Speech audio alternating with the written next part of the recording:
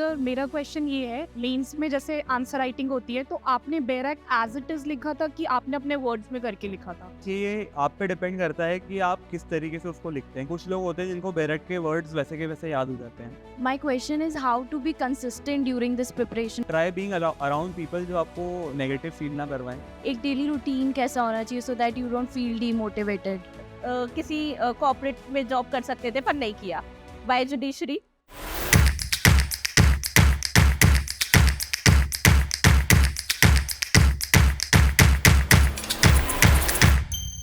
Hi everyone, welcome to Judiciary Gold and I welcome you all to yet another edition of Toppers Talk.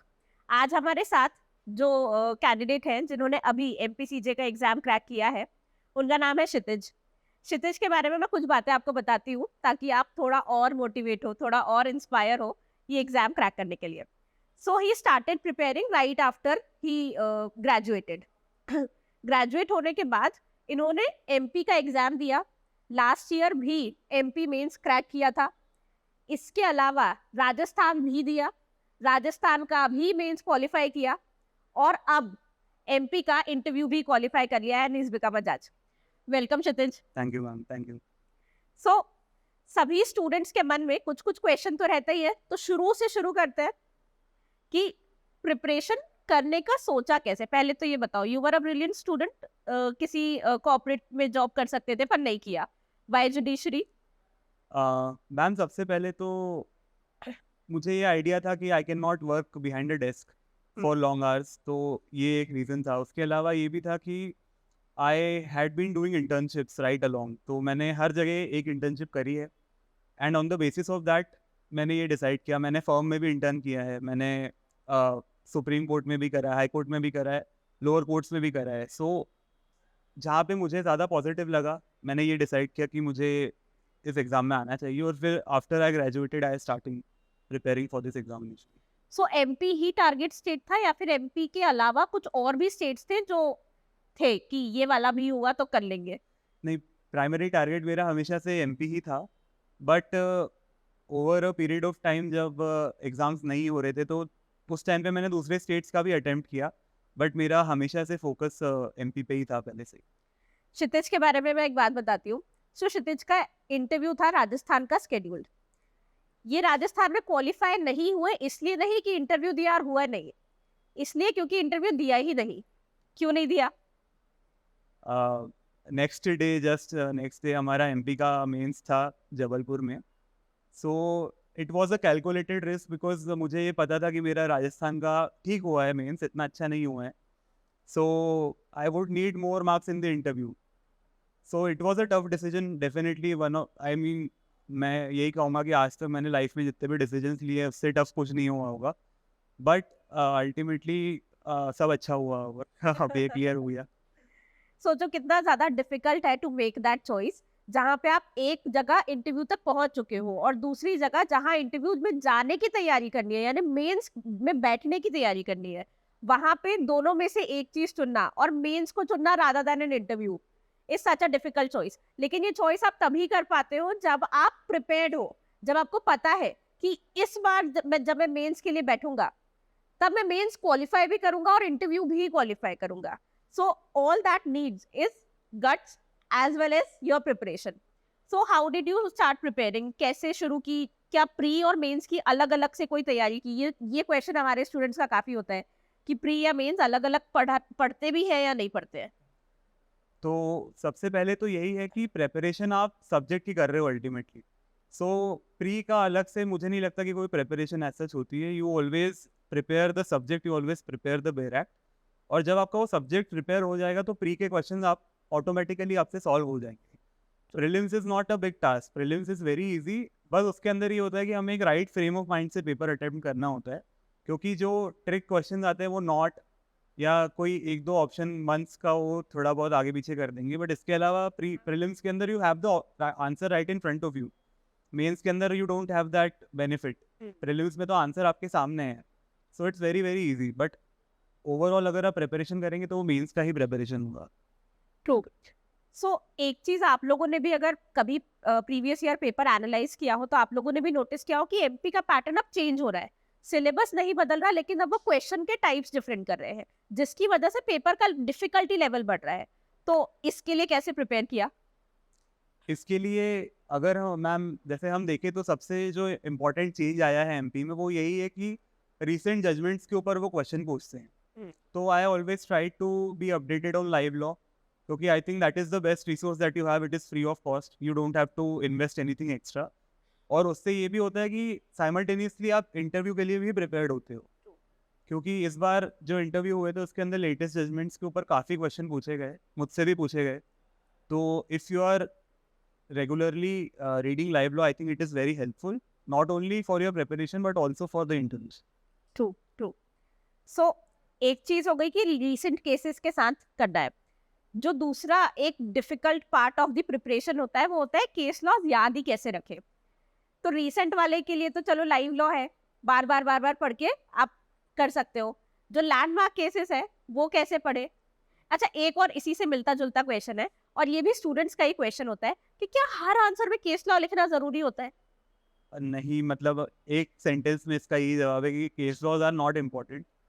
Case law सिर्फ हमें तब use करना है जब question की वो डिमांड हो। जैसे इस बार का अगर आपने पेपर देखा होगा तो राइट टू डाई पूछा गया था एक क्वेश्चन के अंदर। तो बिकॉज ये राइट टू डाई एक केस लॉ के थ्रू ओरिजिनेट हुआ है, इसलिए वहाँ पे केस लॉ मेंशन करना ज़रूरी है। लेकिन अगर यही क्वेश्चन किसी सीधे सीधे आर्टिकल से होता कॉन्स्टिट्यूशन के, तो वहाँ पे केस लॉ की कोई ज़रूरत नहीं। Rather than investing your time in case law, आप कॉन्सेप्ट को समझिए। और अगर आपको सिर्फ फैक्ट्स भी याद है, अगर जैसे कई बार ऐसा होता है हमें केस लॉ का नाम याद नहीं है लेकिन हमको फैक्ट्स पता है कि ऐसा ऐसा केस हुआ था, तो यू कैन ऑलवेज से कि ऑनरेबल सुप्रीम कोर्ट ने ऐसा ऐसा होल्ड किया है। There is no need to write the name of the judgment, but you can write the facts of the case. ये सारी चीजें ठीक है, लेकिन प्रोवाइडेड कि आपका आंसर इतना वेल रिटन आंसर हो, राइट, एग्जैक्टली। कि एक एक चीज आपने डिस्क्राइब की हो, एक एक पॉइंट आपने बताया हो आंसर में। ऐसा नहीं कि आंसर भी खराब लिखा है और केस लॉ भी नहीं लिखा है। सबसे पहली चीज़ यही है मैम कि आंसर हमें बहुत अच्छे से लिखना है, क्योंकि वो आपको मार्क्स दिलवाएगा। अल्टीमेटली जो क्वेश्चन में पूछा गया है हमें वो आंसर करना है। अगर केस लॉ के थ्रू वो एक्सप्लेन हो रहा है और अगर टाइम है हमारे पास, तभी हम केस लॉ लिखेंगे। हमारा सबसे पहला जो फोकस होना चाहिए वो यही होना चाहिए कि पहले हम आंसर, जो क्वेश्चन पूछा गया वो आंसर करें और टाइम के अंदर फिनिश करें। अगर आपके पास टाइम बचता है तो केस लॉ लिखिए, वरना कोई ज़रूरत नहीं। सो मेंस, एमपी मेंस आप लोगों ने सुना होगा या देखा होगा, कुछ स्टूडेंट्स ने लिखा भी होगा। एमपी मेंस में आपको 3-3 घंटे का पेपर देना होता है। तो 3 घंटा लिखा, फिर 1 घंटा ब्रेक, फिर 3 घंटा और लिखना है, यानी दिन में 6 घंटा लिखना है। तो 6 घंटे लिखने के लिए वो प्रैक्टिस भी चाहिए, राइटिंग प्रैक्टिस भी चाहिए, साथ ही में टाइम मैनेजमेंट भी चाहिए। क्योंकि कई बार ऐसा होगा कि आपके पास, आपको पता होगा आंसर, लेकिन आपके पास समय नहीं बचेगा। How did you manage the time? Mains के लिए तो मैं यही सजेस्ट करूँगा मैम कि आपको प्रैक्टिस होना चाहिए और आपको रोज़ देखिए प्रिपरेशन जो है वो मेंस के बहुत पहले आपकी एंड हो जानी चाहिए। प्रिपरेशन की जब मैं बात करता हूँ तो वो सब्जेक्ट्स तैयार करना है, तो सब्जेक्ट्स आपके बहुत पहले तैयार हो जाने चाहिए, ताकि जब वो लास्ट का 1 महीना है उस टाइम पे आप कुछ पढ़ेंगे नहीं एक्स्ट्रा, आप उस टाइम पे आप सिर्फ प्रैक्टिस करेंगे। अगर आप उस टाइम पे कोई नई चीज़ पढ़ोगे तो आप प्रैक्टिस नहीं कर पाओगे, आप प्रैक्टिस नहीं करोगे तो आपका पेपर टाइम पे ख़त्म नहीं होगा। और एमपी में स्पेशली मैंने 3 स्टेट्स के मेंस दिए हैं। ये प्रॉब्लम एमपी में बहुत ज़्यादा आती है कि पेपर तो बहुत इजी है बट पेपर ख़त्म नहीं हो पा रहा टाइम पे, और उसी की वजह से पीछे रह जाते हैं। तो एमपी के लिए तो स्पेशली आपको यही करना होगा कि आपको बार बार लिखने की प्रैक्टिस करनी है। वो किसी भी फॉर्म में करें, ज़रूरी नहीं है कि आप क्वेश्चन पेपर करें।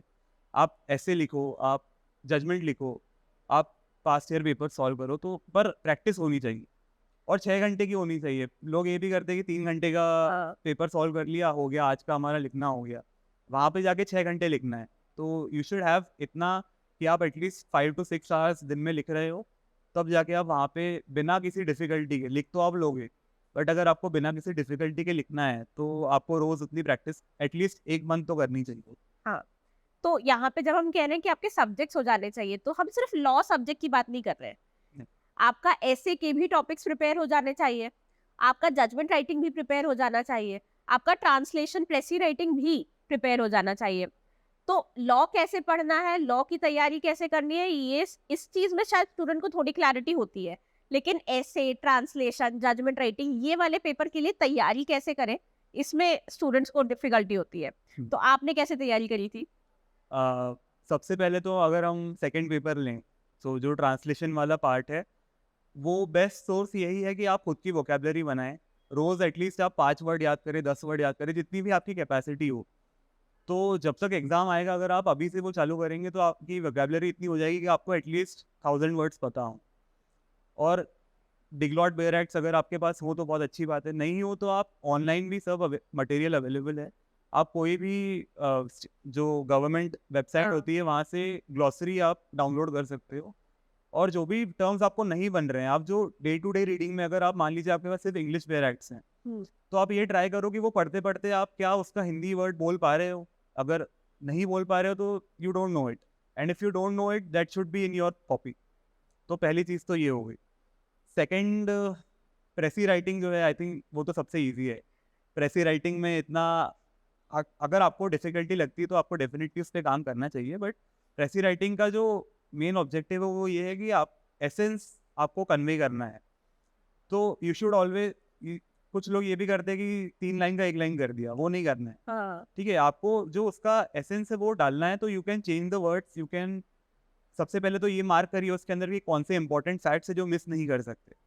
जो भी वो पैराग्राफ होगा, बहुत बड़ा पैराग्राफ होगा, सबसे पहले ये देखिए कि किस टॉपिक के ऊपर बेस्ड है। जो टॉपिक है उससे रिलेटेड कौन से ऐसे फैक्ट्स है जो हम मिस नहीं कर सकते, और जो वो फैक्ट्स है वो पूरे प्रेसी में आने चाहिए। बस इतने में प्रेसी राइटिंग आपका तैयार हो जाएगा। और इसके अलावा अगर हम देखें, जजमेंट राइटिंग के ऊपर काफ़ी लोगों को बहुत दिक्कत आती है। तो with time you will realise that जो जजमेंट राइटिंग हम इस पेपर के लिए कर रहे हैं, वो बहुत हाई लेवल का जजमेंट राइटिंग नहीं है। आपको एक बहुत ही बेसिक लैंग्वेज में जो आपकी समझ है वो आपको समझानी है, वो कन्वे करनी है। जजमेंट तो हम लिख देते हैं, लेकिन जो प्रॉब्लम आती है वो ये है कि उसके अंदर से क्लैरिटी नहीं आती है। सामने वाला जब उसको पढ़ता है तो उसको ये समझ में नहीं आता है कि इसने क्या डिसाइड करा है। सो मटेरियल के पीछे मत भागिए, आपके पास जो मटेरियल है उस पर स्टिक करिए, क्योंकि बहुत सारी जगहों पे बहुत अलग अलग टाइप का मटेरियल दिया हुआ है, और सब सही है, ऐसा नहीं है कि सब गलत है। आप जैसे बुक्स देखेंगे तो भारद्वाज एक बुक है, उसके अंदर एक अलग टाइप का आपको पैटर्न मिलेगा। आपको रॉबिनजीत सिंह की बुक है, उसके अंदर एक अलग टाइप का पैटर्न होगा। आपको क्लास नोट्स मिलते होंगे, उसमें थोड़ी अलग टाइप की चीज़ें होंगी। तो बच्चों को कन्फ्यूजन इस बात पे होता है कि हम कौन सा पैटर्न फॉलो करें। पैटर्न सब सही है, बस एक पैटर्न लीजिए और उसको स्टिक करिए, आप उसके बाहर मत जाइए। क्योंकि आप जब 2-3 चीज़ों के पीछे भागोगे तो you will waste time, you don't have time to waste. ठीक है, तो बहुत ही सिंपल लैंग्वेज में डेफिनेशंस बहुत अच्छे से याद करिए, क्योंकि मैंने ये ऑब्जर्व करा है कि एटलीस्ट क्रिमिनल जजमेंट में जो भी आप जजमेंट डिसाइड करते हो वो डेफिनेशंस के बेसिस पे ही डिसाइड होता है।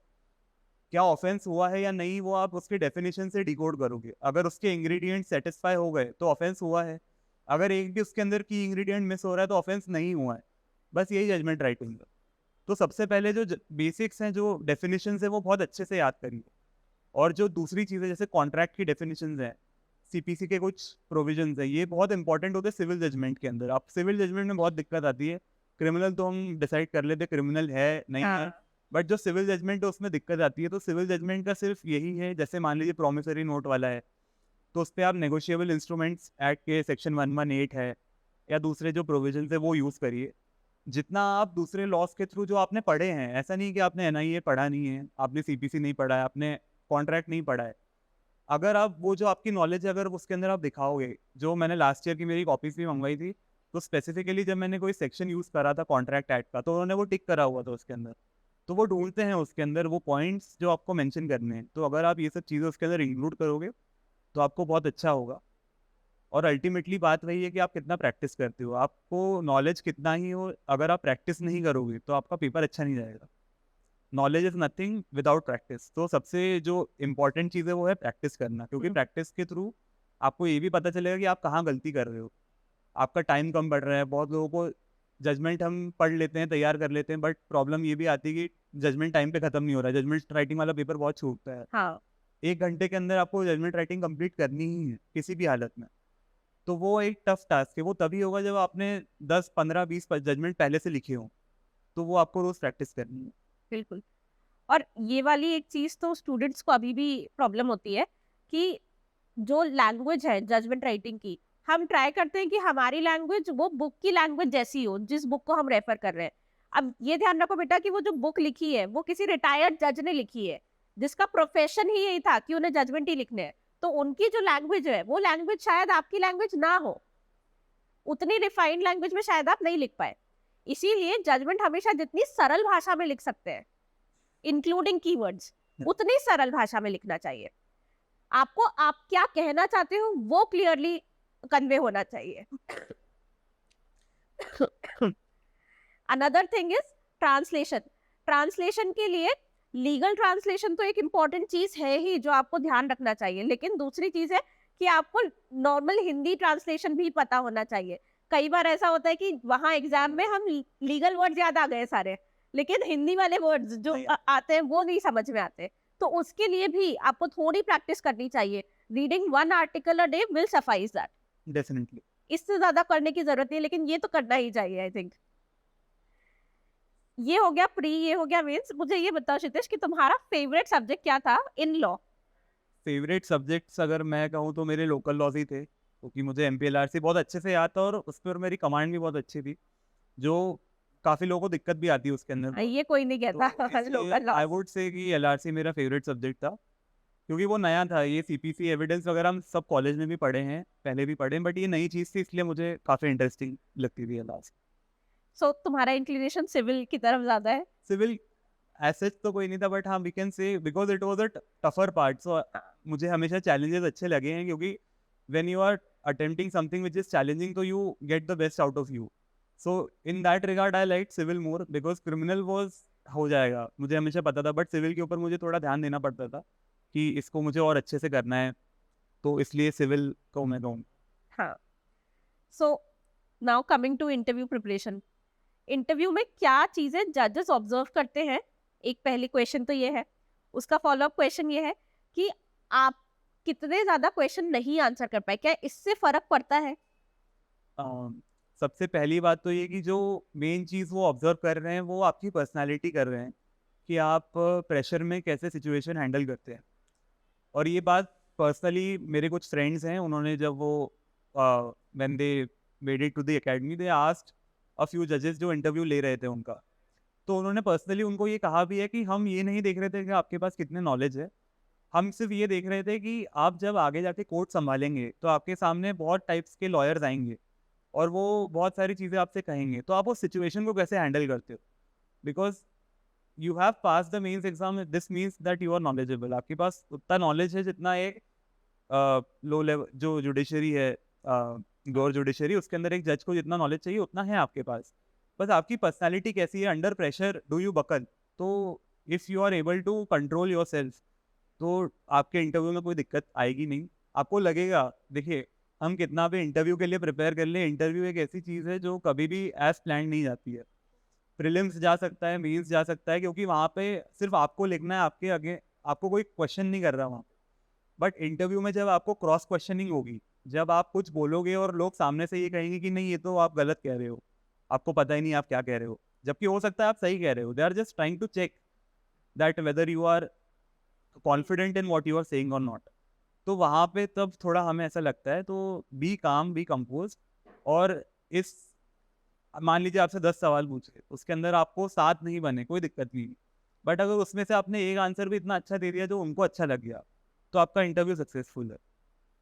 This is the quality that they are trying to see. अगर बहुत बार ऐसा भी होता है, जब हम प्रीलिम्स दे रहे होते हैं तो क्वेश्चन पेपर में पहले 4 क्वेश्चन हमको नहीं बने, तो तभी पैनिक शुरू हो जाता है हमारा कि अब तो पूरा पेपर बिगड़ गया हमारा, कुछ नहीं होगा अब आगे।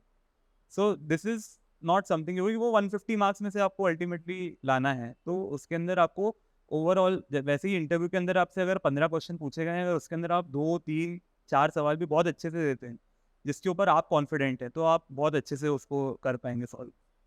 ये वाला क्वेश्चन तो मैंने लास्ट अपने टॉपर स्टॉक में बताया था कि जैसे ही वहाँ इंटरव्यू का माहौल, वो पूरा सिस्टम का माहौल ही बहुत अलग होता है। वहां पे बैठे हुए सब लोग इतनी बुक्स लेके बैठे हैं, कुछ कुछ कुछ कुछ उठाए जा रहे हैं, 2 लोग बैठ के आपस में रिवीजन कर रहे हैं, ये सेक्शन क्या है, वो सेक्शन क्या है, इस तरह की बातें चल रही है। एक जगह आप बैठे हो डरे हुए कि पता नहीं क्या पूछ लेंगे। कुछ लोग रूम से बाहर आ रहे हैं जो बोल रहे हैं भाई बहुत ही हालत खराब है, अंदर तो पता नहीं क्या क्या पूछ रहे हैं। और कुछ लोग आपसे खड़े होके पूछ रहे कितने सॉरी हुए, कितने सॉरी हुए। तो ऐसे में पहले ही इंटरव्यू के रूम में जाने से पहले ही आपकी हालत खराब हो चुकी होती है। और इसीलिए इंटरव्यू पे आपका कंट्रोल नहीं होता है। ये चीज कहना गलत है कि इंटरव्यू आप कंट्रोल करते हैं, आप नहीं करते।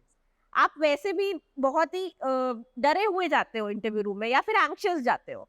तो जब ऐसी सिचुएशन में जाते हो और वहां पे सामने हाई कोर्ट के जजेस बैठ के आपसे सवाल जवाब करें और आपको कहे नहीं तुम गलत हो, आपको पता है आप सही हो, तो किस तरह आप कहोगे कि सर मैंने जो पढ़ा है वो यही पढ़ा है, मेरी नॉलेज के हिसाब से ये है, without sounding egoist. So this is the trick. इसी को आंसर करने की कला है इंटरव्यू।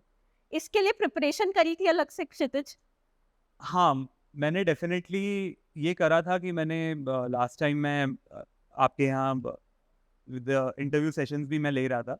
इसके अलावा मैंने ट्राई ये करा कि जो चीज़ें मुझे आती है, अगर मैंने एक क्वेश्चंस की लिस्ट बनाई, तो जो क्वेश्चन अगर इन क्वेश्चंस में से मुझसे कुछ पूछा जाता है तो जो मैंने मटेरियल प्रिपेयर करा है वो छूटे ना, बस मैंने इतना ध्यान रखा। इसके अलावा they can ask you any question under the sun, वो कुछ भी पूछ सकते हैं, ठीक है? तो बी रेडी, क्योंकि उसका कोई अंत नहीं है। इंटरव्यू की कोई प्रिपरेशन ऐसा नहीं होती है उसके लिए।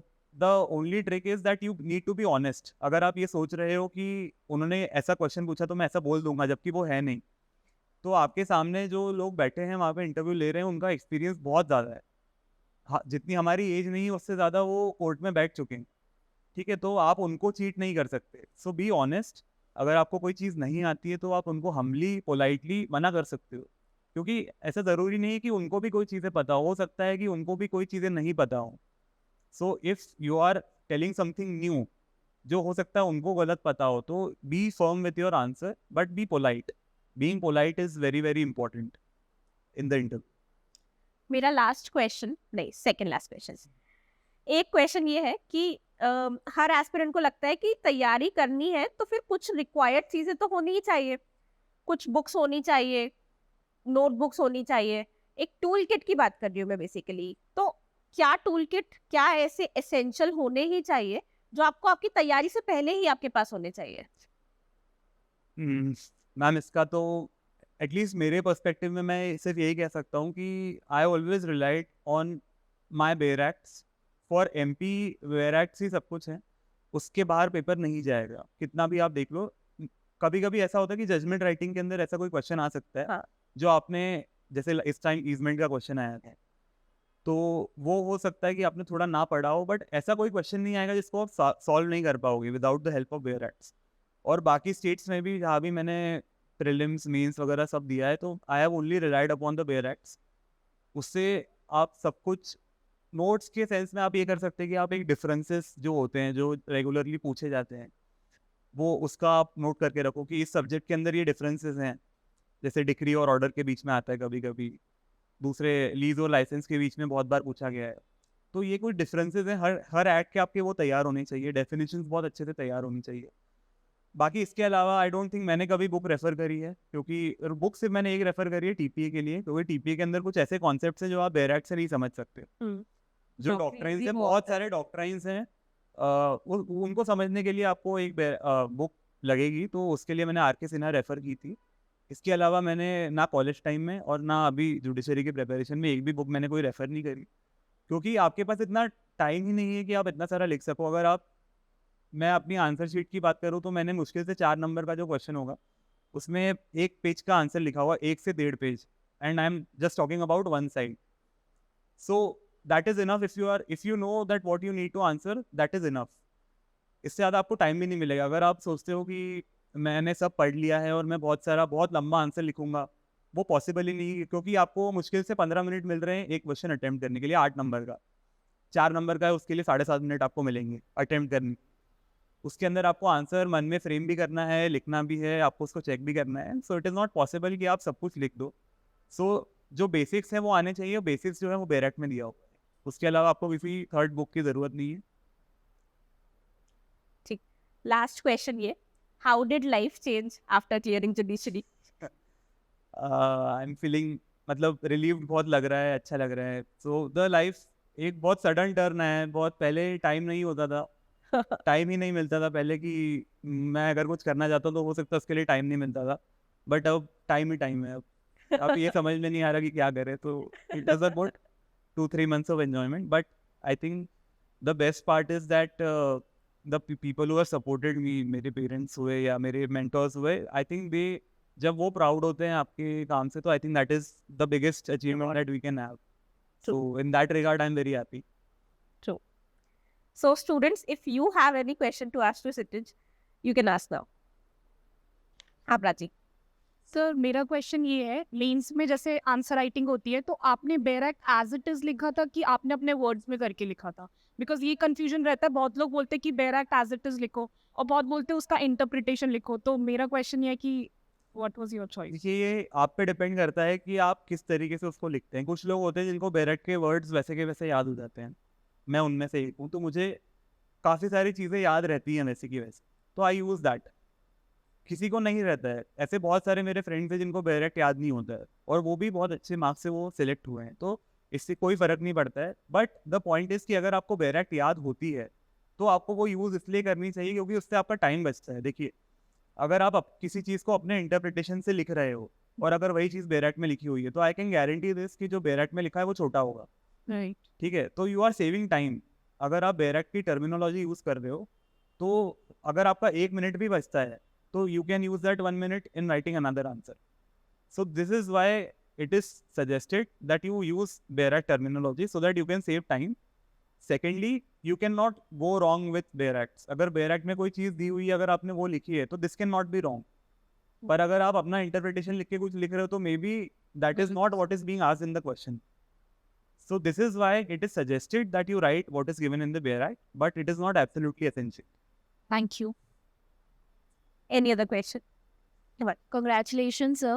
My question is how to be consistent during this preparation. मतलब एक daily routine कैसा होना चाहिए so that you don't feel demotivated during this period. देखो, ये एग्ज़ाम का प्रॉब्लम ही यही है कि ये इतना लंबा प्रोसेस है कि उसके अंदर कहीं ना कहीं ऐसा आपको डिमोटिवेशन 100% आएगा. भले ही आप फर्स्ट टाइम कर रहे हो या आप बाद में और अटेम्प्ट दे रहे हो, तो definitely there will be some time जहाँ पे आपको डिमोटिवेटेड लगेगा. सो द बेस्ट पार्ट जो आप अपनी तरफ से बेस्ट कर सकते हैं वो ये है कि ट्राई बीइंग अराउंड पीपल जो आपको नेगेटिव फील ना करवाएं. सबसे पहली चीज़ तो यही करना है कि जो भी लोग ऐसे हैं जिनसे मिलके आपको ऐसा लगता है कि यार ये बहुत डिमोटिवेटिंग, कुछ लोग होते हैं ऐसे, यार ये पेपर नहीं होगा, यार ये कितना पढ़ाई हो रही है, इतना तो मुझसे इतना तो बनेगा ही नहीं, इतना कोई पूछता है क्या पेपर में. ऐसे लोगों से कांटेक्ट, मैं ये नहीं कह रहा खत्म कर दो, बट जब तक पेपर नहीं होता तब तक बंद कर दो. दूसरी चीज़ ये है कि ऐसे लोग आपको ही क्वेश्चन करने लगते हैं, आप खुद को ही क्वेश्चन करने लगते हो कि यार इससे नहीं हो रहा, मुझसे कैसे होगा. Right, you always need to have the target in your head. अगर आपने कोई टारगेट डिसाइड करा है, सो वो आपके सामने हमेशा होना चाहिए कि when I will achieve that target तो क्या होगा. That is the best motivating factor that you can have. Because अगर आप यही आपका एम है, if you will think about something else, तो आप कभी अपना 100% नहीं दे पाओगे. क्योंकि मैं रोज़ ये सोचता था कि जब जज बन जाऊंगा तो क्या होगा, तो that was the best motivating factor that I had. Consistency तो बहुत इंपॉर्टेंट है क्योंकि रिवीजन ही की है. आपके पास नॉलेज कितना भी ज़्यादा हो, अगर आप उसको वो आंसर शीट्स पे नहीं उतार पाए तो it is of no use. ठीक है, तो कई बार ऐसा भी होता है कि कुछ बहुत ही ब्रिलियंट लोग होते हैं जो नहीं क्लियर कर पाते, जबकि हमें पता होता है कि वो बहुत ब्रिलियंट है. उसका मुझे लगता है रीज़न यही है कि they might not have been consistent with their approach. So consistency and revision is the key to success इस एग्ज़ाम के अंदर. It is not about knowledge. Knowledge आपका एक लिमिटेड है क्योंकि वही सब्जेक्ट्स वही है, सब्जेक्ट्स वही हैं, आपको चीज़ें वही, क्वेश्चंस भी वही आएंगे. तो नॉलेज ऐसा नहीं है कि आपका नॉलेज और सामने वाले के नॉलेज में बहुत ज़्यादा डिफरेंस होगा. True. ही माइट नो एक दो चीज़ें उसको ज़्यादा पता हो सकती है, नॉलेज उतना ही है, बट आप उसको कितना रेगुलरली रिवाइज कर रहे हो, आपकी कितनी कंसिस्टेंसी है, वो डिफरेंट है और वही अल्टीमेटली रिजल्ट में दिखेगा.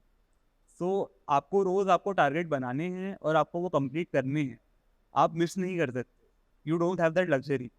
एटलीस्ट एक एग्जाम तक जब आपका कंसिस्टेंसी, एक बार आपका सिलेबस बहुत अच्छे से हो जाएगा, after that you can take, मतलब जैसे दूसरे एग्जाम्स भी देते हैं. जैसे लास्ट टाइम मेरा सिर्फ पूरा फोकस एमपी पे था, तो मेरी प्रिपरेशन इतनी अच्छी हो चुकी थी कि इस बार जब मैंने एग्ज़ाम दिए तो मैं ये स्पेयर कर सकता था कि मुझे एविडेंस बहुत अच्छे से आता तो मैं नहीं पढ़ूंगा, मैं वो टाइम दूसरे सब्जेक्ट्स को अलॉट कर दूंगा.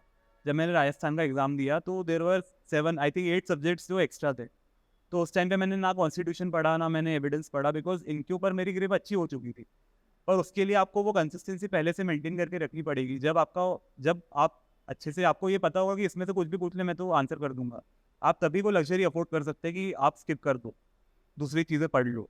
पहले आप सबसे पहले सब्जेक्ट्स तैयार करिए, और अगर आप वो 7-8 महीने अच्छे से पढ़ लेंगे तो आपको मैं डेफिनेटली कह सकता हूँ कि आपको ज़्यादा रिवीजन की ज़रूरत भी नहीं पड़ेगी। एमपी का सिलेबस 7-8 मंथ्स में आराम से कवर हो आराम से, जाता है। आराम से। किसी और स्टेट में शायद ये नंबर थोड़ा बढ़ जाए, number of months depending upon the syllabus, लेकिन एमपी में जो 12 सब्जेक्ट्स अभी आ रहे हैं उनको कवर करने के लिए अगर आप डेडिकेटेडली पढ़ रहे हो तो 7 to 8 मंथ्स आर एनफ आपकी खुद की तैयारी के लिए। Any other question? हाँ, ये माइक ली। Hello sir. Hello sir, sections याद नहीं रहते तो उसके लिए क्या करना चाहिए? देखो आप कोई भी अगर आप लॉ लोगे तो उसके अंदर एक स्कीम होता है, आपको सबसे पहले ये समझना पड़ेगा कि वो बेरेट का स्कीम क्या है। ठीक है, अगर आप वो स्कीम समझ जाओगे तो आपको सेक्शन वो पार्ट याद रहेगा कि इस पार्ट से ये आया है, तो उस तरीके से आप सेक्शन याद कर सकते हो। जैसे सीआरपीसी आप देखोगे तो जो चैप्टर 12 से लेकर 21 ये है, वो बिल्कुल एक प्रोसीजर में चलता है। पहले इन्फॉर्मेशन आती है, उसके बाद पुलिस एक्ट करता है, उसके बाद इन्वेस्टिगेशन होता है, उसके बाद कॉग्निजेंस होता है, उसके बाद चार्ज फ्रेम होता है। तो इट इज़ अ प्रोसेस। अगर आप हर लॉ के अंदर यही है, पहले डेफिनेशन होगी, उसके बाद कुछ प्रोविजंस होंगे, पीनल प्रोविजंस होंगे, उसके बाद कुछ अथॉरिटीज़ होंगी, अथॉरिटीज़ को पावर दी गई होंगी, उसके बाद पनिशमेंट्स होंगे। हर बेयर एक्ट में ये सब चीज़ें कॉमन होती हैं। तो आपको सिर्फ एक स्कीम समझना है कि बेयर एक्ट कैसे पढ़ी जाती है। अगर आपने वो कर लिया तो सबसे पहले आप ये डिटरमाइन कर पाओगे कि ये कौन से पार्ट में दिया हुआ है, और अगर वो पार्ट का भी स्कीम आप समझ गए तो फिर आपको सेक्शन नंबर याद रहेगा। अगर मान लो नहीं हो रहे हैं तो आप हमेशा ये कर सकते हो कि रोज़ आपको रिवाइज करना है, कोई पार्टनर बना लीजिए आप जिससे डिस्कस करें। जैसे मैं तो यही करता था, I had a few friends जिनके साथ मैं रोज़ रात को हम डिस्कस किया करते थे कि चलो आज हम सीआरपीसी रिवाइज करते हैं, 10 सेक्शन मैं बोलता हूँ, 10 सेक्शन तुम बोलना। सो उसके थ्रू जब आप बार बार करोगे तो आपको सेक्शन नंबर डेफिनेटली याद रहेगा। Thank you sir. सर एक आउट ऑफ द बॉक्स एक क्वेश्चन है, जैसे एक एस्पिरेंट की जर्नी रहती है 8-9 मंथ्स की, उसमें वो सोशल लाइफ अपनी कैसे मैनेज कर सकता है? कि उस पर ज़्यादा ध्यान देना चाहिए, नेगलेक्ट करना चाहिए, सिर्फ प्रिपरेशन पे ज़्यादा ध्यान देना चाहिए? देखो इसका क्षितिज कैसे आंसर देगा इसका? see I don't have मतलब I am not that a social person, but I think that कुछ चीज़ें हैं आपकी लाइफ की जो आपको डेफिनेटली रेस्ट्रिक्ट करनी पड़ेंगी। जैसे फ़ोन चलाना, मैं बहुत फ़ोन चलाता हूँ, मैंने वो रेस्ट्रिक्ट करा, इंस्टाग्राम हटा दिया, सिर्फ वो चीज़ें रखी फ़ोन में जो मेरे लिए थोड़ी बेनिफिशियरी होंगी। बिकॉज ये कुछ मंथ्स का जो आपका रेस्ट्रिक्शन है ना, ये आपको आगे लॉन्ग टर्म में बहुत बेनिफिट देगा। आपके पास टाइम बहुत कम है, टाइम तो बहुत ही कम है ना, तो आप उस टाइम को कैसे यूटिलाइज कर रहे हो वो बहुत इंपॉर्टेंट है। अब उसके अंदर जैसे मैं रोज़ सुबह बैडमिंटन खेलने जाता था, तो वो मैंने बंद नहीं करा, वो मैं रोज़ जाता था। ऐसी एक्टिविटी आप कुछ रखिए दिन भर में जिससे आप थोड़ा रिफ्रेश हो सके, है ना। ये बार बार रिवाइज करना इज़ ए चैलेंजिंग टास्क। वो हमको लगता है वो बार बार वही चीज़ें पढ़ते हैं ना, तो एक टाइम के बाद बोरिंग होने लगता है कि ये हम बार बार पढ़ रहे हैं। अब सैचुरेशन पॉइंट आ जाता है माइंड में, तो सैचुरेशन को हटाने के लिए कोई ऐसी एक्टिविटी रखिए जिसके, जैसे मैं बैडमिंटन खेलता हूँ, हो सकता है आप गाने सुनते हो, वॉक पे जाते हो, या कोई भी XYZ एक्टिविटी, दोस्तों के साथ चले गए चाय पीने, ये भी एक्टिविटी है, because this is something that refreshes you.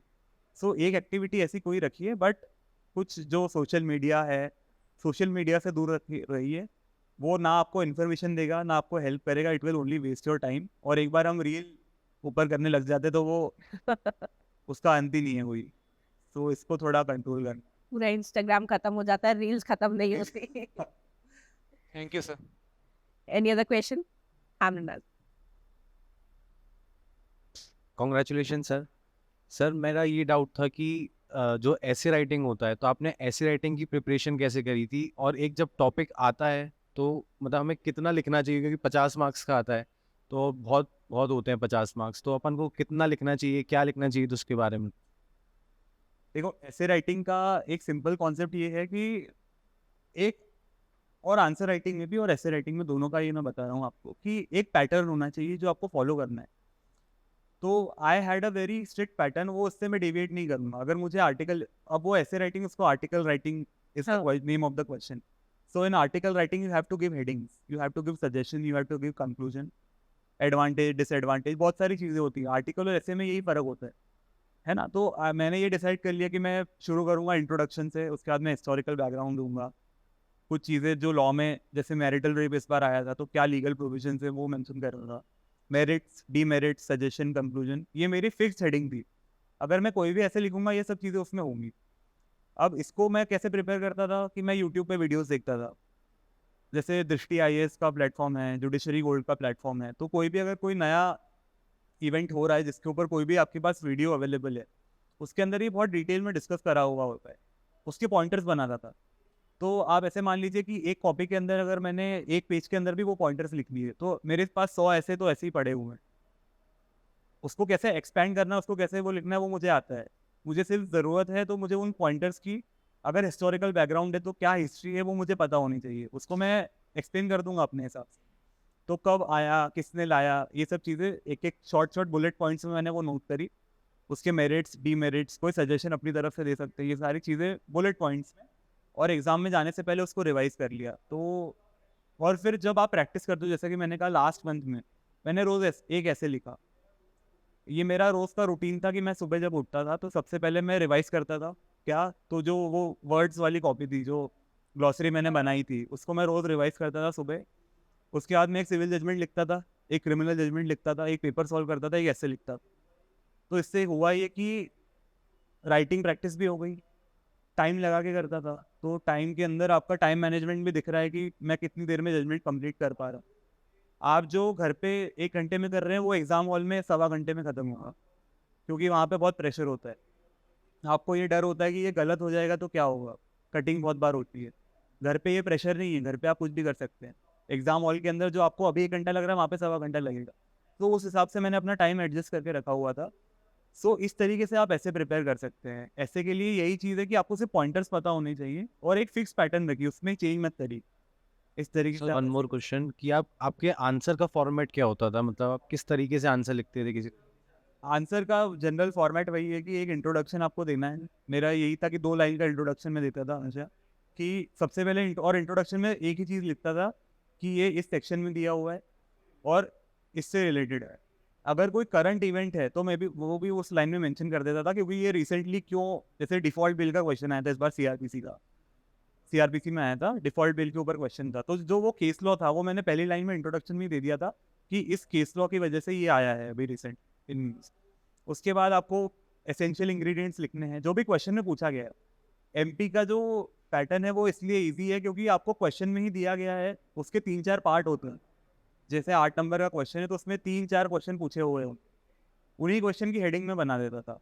जैसे व्हाट इज क्रिमिनल कॉन्स्पिरेसी, एक हेडिंग हो गई criminal conspiracy. What is the punishment of criminal conspiracy, punishment दूसरी हेडिंग हो। उसके अलावा तीसरा अगर कोई क्वेश्चन है तो वो हेडिंग बन गई। तो वो जो 3-4 पार्ट हैं, क्योंकि इवेल्युएटर वो चेक कर रहा है, ही वांट्स द आंसर उस चीज़ का, तो अगर आपने वहाँ पे वो हेडिंग बना दी है तो वो सीधे वहीं जाएगा। हो सकता है इवेल्युएटर को ये चेक ना करना हो, डेफिनेशन उसने सारी चेक कर ली, उसको सिर्फ पनिशमेंट देखनी है कि आपने पनिशमेंट सही लिखी है कि नहीं। तो जब आपने वो पनिशमेंट का हेडिंग बनाया है तो वो वहीं पे जाके देखेगा। So you have to make your copy easy to check. हम लिखते हैं, हमको लगता है हमने सही लिखा है, बट क्या सामने वाला पढ़ के उसको सही लग रहा है, दैट इज़ इम्पॉर्टेंट। उसके लिए टेस्ट सीरीज लेना बहुत इंपॉर्टेंट है, तो आप वो भी करिए, क्रॉस चेक करवाइए अपने आंसर्स को, तो that will really help. Thank you so much. Any other question? No? Animesh. Animesh को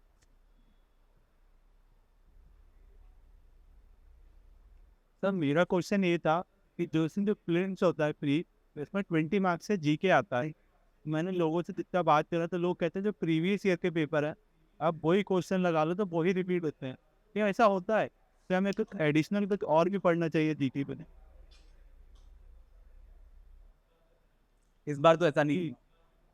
इस बार जो लोग सोच के गए थे कि पिछले साल का आएगा, इस बार कुछ भी नहीं आया। 2-3 क्वेश्चन रिपीट हुए थे इंग्लिश में, जो इंग्लिश वाला पोर्शन था उसमें रिपीटेड थे। देखो, मैं प्रीलिम्स के लिए मैं यही सजेस्ट करूंगा कि आपका जो बेसिक फोकस होना चाहिए वो लॉ पे होना चाहिए, कि 110 मार्क्स में से मैं कितना ज़्यादा लॉ में स्कोर कर सकूँ, so that you don't have to rely on जी। ऐसा नहीं कि जीके प्रिपेयर नहीं करना है, बट जीके का कोई एंड नहीं है ना। जीके आपको आप पढ़ तो लोगे, बट जैसे इस बार का जीके था, it was something which you could not have prepared thoroughly. कुछ क्वेश्चंस ऐसे थे, जैसे ये पूछा गया था कि सचिन तेंदुलकर ने 200 कौन से स्टेडियम में मारा था। सो दिस इज समथिंग जो लोग प्रिपेयर नहीं करेंगे। I am a cricket enthusiast, इसलिए मुझे पता था कि वो रूप सिंह स्टेडियम में उसने ग्वालियर में मारे थे against south Africa, because I watch cricket, इसलिए मुझे ये बात पता थी। बट सबको ये बात नहीं पता होगी। तो GK is always variable. GK का जैसे इंटरव्यू का था, इंटरव्यू में कुछ भी पूछा जा सकता है, वैसे ही जीके में कुछ भी पूछा जा सकता है। तो सबसे पहला फोकस आपका ये होना चाहिए कि वो जो 110 मार्क्स हैं उसमें से आप कितना ज़्यादा स्कोर कर सकते हैं। मेरा टारगेट तो ये था कि मुझे 110 स्कोर करना है। ये टारगेट आप लेके चलो, तब जाके आपके 105 आएंगे, 104 आएंगे, so that you don't have to rely on GK. GK भी प्रिपेयर करना है। जीके के लिए बेस्ट यही है, पास्ट ईयर पेपर तो आप करो, लेकिन आप रोज़ जो जैसे जागरण जोश है या दूसरे कोई जो डेली न्यूज़ वाले होते हैं जो बुलेट पॉइंट्स में देते हैं, उनको जो सबसे इंपॉर्टेंट चीज़ है वो नोट करके रखो। सेगमेंट्स एक बना लो, और आपको तो इसकी ज़रूरत ही नहीं, आपको प्रिंटेड मटेरियल मिलता है कोचिंग से, उसके अंदर सब कुछ दिया होता है। स्पोर्ट्स के इवेंट्स होते हैं, इंटरनेशनल इवेंट्स होते हैं, नेशनल इवेंट होते हैं, तो आपको सिर्फ वही चीज़ें रिवाइज करनी है, ठीक है, ताकि आपका एटलीस्ट ऐसा हो कि आपका एक मिनिमम स्कोर जीके में आ जाए। GK can never be something जिसको आप लेके चलो कि ये मेरा स्ट्रॉन्ग फैक्टर है कि मैं जीके से प्रीलिम्स निकालूंगा। आपको लॉ से प्रीलिम्स निकालना है, तो आपका स्कोर, आप सेफ स्कोर में रहोगे, वरना फिर आपको हमेशा ये डर लगा रहेगा कि क्या मेरा स्कोर वहाँ पे आ रहा है कि नहीं आ रहा है, ठीक है। और मतलब ये तो एक टिप है ही कि अगर 110 मार्क्स का लॉ आ रहा है तो लॉ में जितना ज्यादा स्कोर कर सकते हो उतना करो, क्योंकि इंग्लिश और कंप्यूटर भी बन जाएगा। तो इंग्लिश, कंप्यूटर, लॉ, ये 3 सेगमेंट अगर अच्छे हैं तो जिससे अच्छा अगर नहीं भी है तो भी काम चल जाएगा, क्योंकि प्री तो सिर्फ क्वालिफाई करना है, कोई रैंकिंग नहीं है कि सबसे हाईएस्ट किसके आए, वो मेंस में है।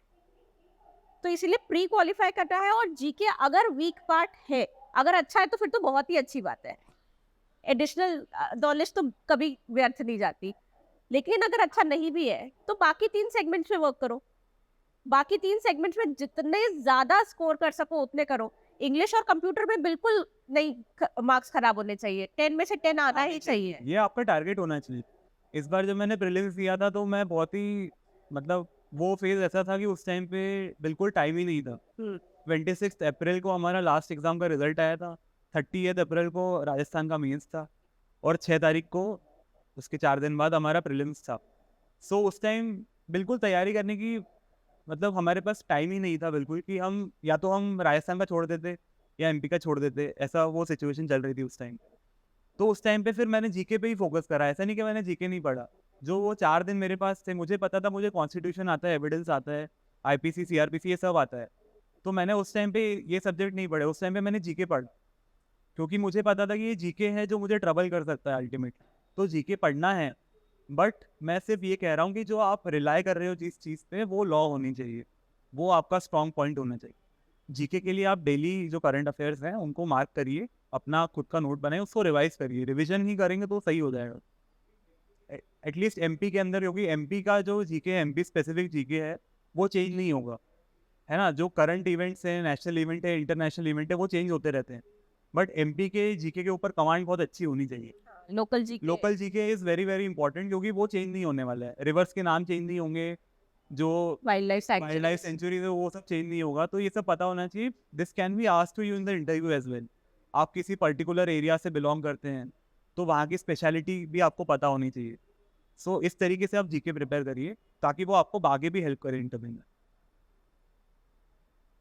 All right, no question now, ठीक है। Thank you so much for coming here and speaking with our student. I am really sure कि इस सेशन से आप लोगों को बहुत सारी चीजें पता चली होंगी, कई स्ट्रैटेजीज पता चली होंगी कि किस तरह से किया जाए, कैसे पढ़ा जाए, एंड मोटिवेटिंग फैक्टर क्या होना चाहिए पढ़ाई के दौरान, किस तरह खुद को मोटिवेटेड रखे। ये सारे सवालों का जवाब आपको मिला होगा। So thank you so much for coming to Judiciary Gold and speaking with our students.